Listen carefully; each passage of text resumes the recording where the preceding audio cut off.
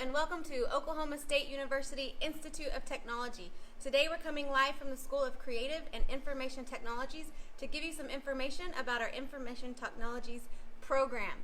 Before we get started, if you have any questions, comments, or concerns, go ahead and leave them in the comment box. Also, if you have any friends or family members that you think would be interested in our Information Technologies program, tag them in the comment section so they can get some information as well. I'm going to go ahead and turn things over to our instructor, Mr. Howard Licht. Howard, if you want to go ahead and tell everyone who you are, what you do, and what is Information Technologies. Sure. As she mentioned, I'm Howard Licht. I've been with OSUIT for a number of years now, first teaching as an adjunct, now full-time. I got my start in computers. My first computer class was in 1972. Now then we were doing mainframes and things like that, but as personal computers, initially office computers came out, I was playing around a little bit with those and in fact doing some things that these days might be called hacking. I was learning what the computer could do and how I could manipulate that. Well, I went through another career but still kept my fingers in the area of IT. Then I made a career shift and I've been here for a while and just enjoying it. It's a great life. And for those of you who are interested in a career in information technologies, this is the place to be. Let me tell you a little bit about what we have. We offer in the School of Creative and Information Technologies, on the IT side of the house, we have the Associate of Applied Science. We have the Associate of Science, and we have the Bachelor of Technology degree. Now these two will get you in the door. These, in fact, let me grab my phone here and tell you about some of the courses that are basic to our core courses in the Associates program. We have Computer Logic and Flow Charting, Introduction to C Programming, Hardware System Support, Network Systems, Principles of Information Security, Web Development, Data Systems, Operating Systems, and Script Programming. That's just for the Associates level. Now, as I mentioned, the Associates level gets you in the door. If you decide to continue on and get your Bachelor of Technology degree, then you get to break out into your area of interest. All of these, by the way, are hot button industry areas at this time. Cybersecurity and forensics.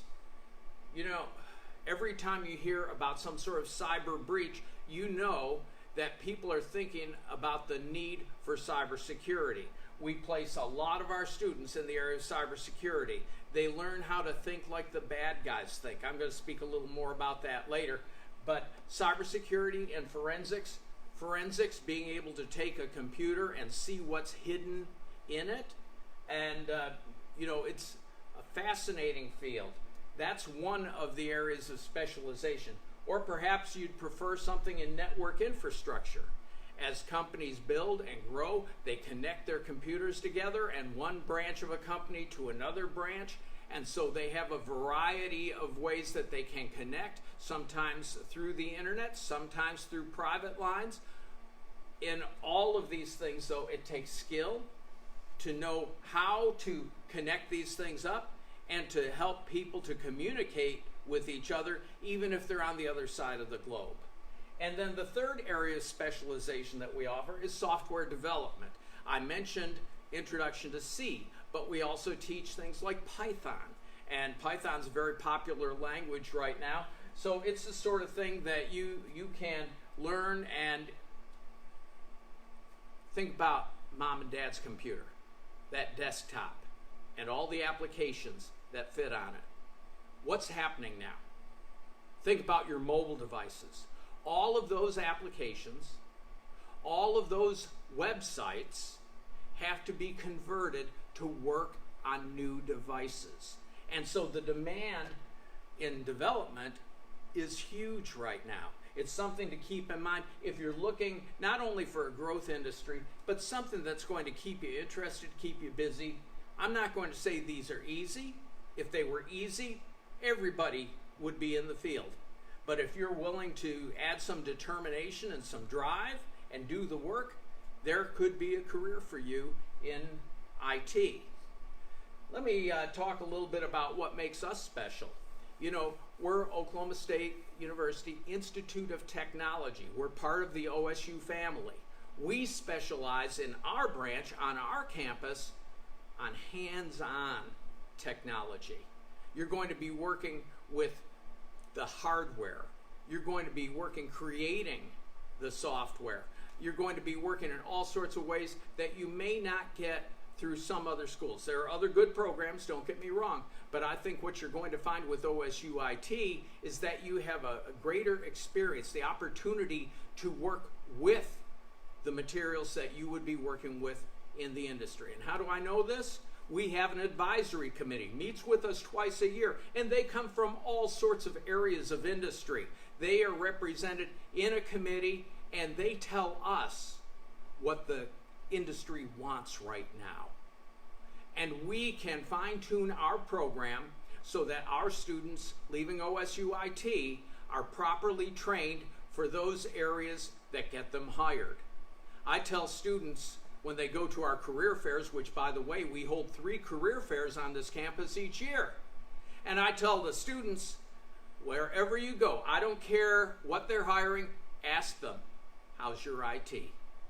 Because even if they're hiring some other field that day, at some point, they're going to need IT. Now, some farm it out. I tell my students, where do you farm it out to? Ask that question. This way, you begin to develop your professional network.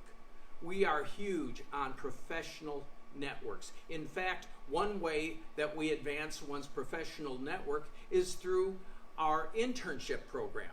We have students who do internships at a variety of different places, and often it becomes their first hired position once they graduate. Our employers who work with us in the internship program, they love our students, and our students are very well trained. We have high reviews from the employers who take our students fresh out of graduation. So that's kind of an exciting thing to witness. I love watching students at graduation. I should say graduation may be the first time I meet them. Our entire program is available online. So especially under the current circumstances that we're all facing with social distancing and all of those concerns that we need to observe, the idea that you can complete your degree program completely online, I think that has appeal. So let's talk about some of the things that we work with, or better still, I'll show you some of the things that we work with. I want to come around here and show you the Raspberry Pi. This is a complete computer. Now, they start out just like this. You can pick up a Raspberry Pi computer for under $50.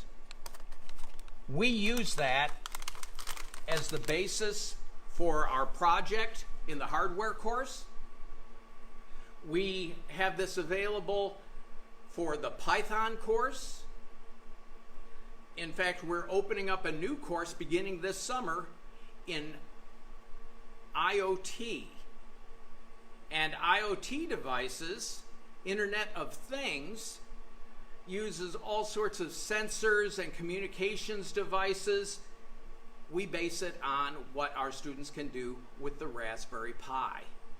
And so this little thing right here, even if you don't have a computer of your own right now, this is a great way to start. All you have to do is get yourself a keyboard, get yourself a mouse and a monitor, and the Pi does the rest. Okay, so that's an example. You could do programming with this. You could do some design, some hardware design, design some sensors, create some sensors, things like that. But also, we deal with the bigger equipment too. You see, we've got a motherboard for a laptop computer here. And we talk about upgrading memory, upgrading attachments, things like that. This is a regular full-size motherboard. And you can see the various slots for the appliances that are used with this, some of the options that you have, and we talk about what all of these connections do and what they mean. So you can get a good overview of what is in your regular desktop computer or your laptop computer or even something like the Raspberry Pi. When we talk about security, you may have seen these, you may have had to use these. This is a palm scanner, and it's a security device. And as you can see, it's a computerized security device, or maybe something a little smaller, a fingerprint scanner. These are part of security.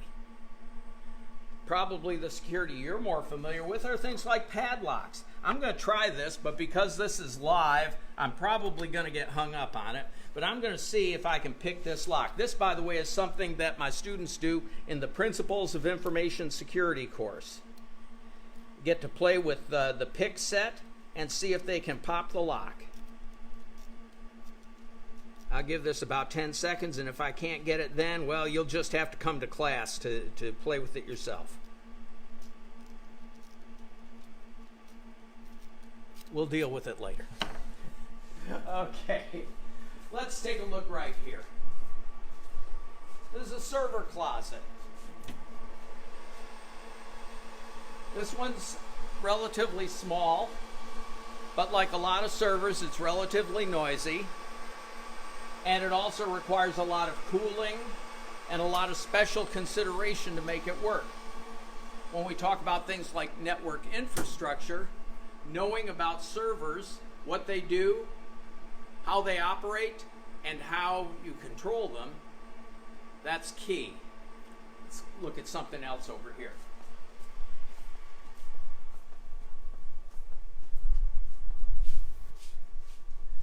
You may be familiar with RFID cards, right? Oh, that one didn't work. But imagine, and one of our seniors designed this, by the way, a few years ago, designed this device, fits in a briefcase. Imagine if you could walk up next to someone who has an RFID card and actually scan it from a distance. And take all that information from their working RFID card and get in yourself. So these are some of the things that we discuss, some of the devices, some of the various technologies, all relating to information technology. Think about it, if you will. Think about the various utility applications.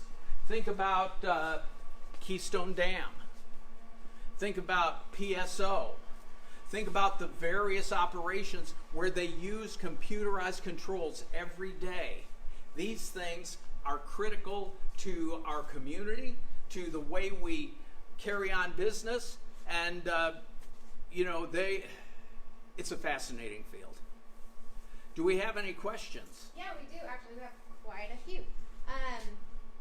Someone wanted to know that if they wanted to get into developing games, would one of these 3 branches be what they would need to go into? We emphasize gaming a bit less than other fields. To be quite honest, gaming is out there. Now, in the School of Creative and Information Technologies, the creative side may have something more in tune with what an individual is looking for. In fact, our dean, Christian Bradley, has a background in gaming and design, and he might be someone to contact through OSUIT to get information about gaming.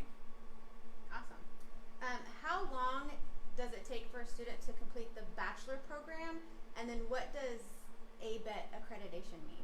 Okay, to complete the bachelor's program, you think of a 4-year school.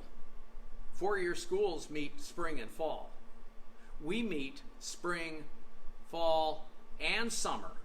So we put 3 terms in the course of a year. So in about 3 years' time, you can get that 4-year degree.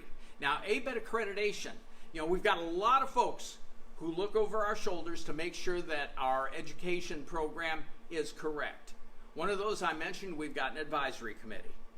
We also have the Oklahoma State Regents.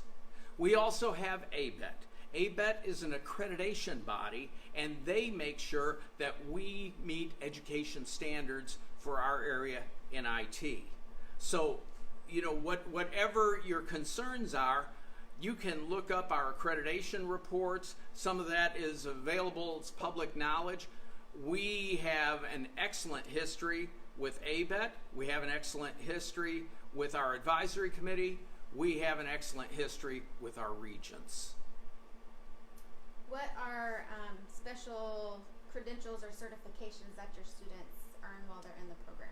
Okay, that's a good question. In the hardware course, which is one of our freshman courses, that is working a student toward an A+ certification. A+ is one of the standard hardware certifications that's recognized in the IT industry. However, let's suppose you went to a tech school at one point in your life and you already got your A+ certification. If it's current, you may qualify to get credit for the hardware course without having to take it. And so we have various certifications that you can work toward. The one I'm most familiar with, as I mentioned, is A+, but if you have an interest, we at least get you on the way so that you continue to pursue toward those various certifications. Awesome. 2 more questions. Do we learn how to hack, and how much do we get paid? Oh, those are important questions. Learning how to hack. Hackers use tools. They use digital tools. They know how to scan a network. Our students learn how to scan networks. They learn how packets flow through digital means. Our students learn the same techniques. Now, if you know the difference between a white hat hacker and a black hat hacker, you'll appreciate the fact we train white hats here. We are out to stop the bad guys. Our students work toward becoming as proficient in stopping the bad guys, staying one step ahead of them, as they want to be when the bad guys try to break in. And so it's on us, if we're going to emphasize security, if we're going to be good at our jobs of securing business, we have to stay one step ahead of the hackers. Part of that is knowing how they do it. And what was the other question? How much do they get paid? How much? Okay. The figures vary.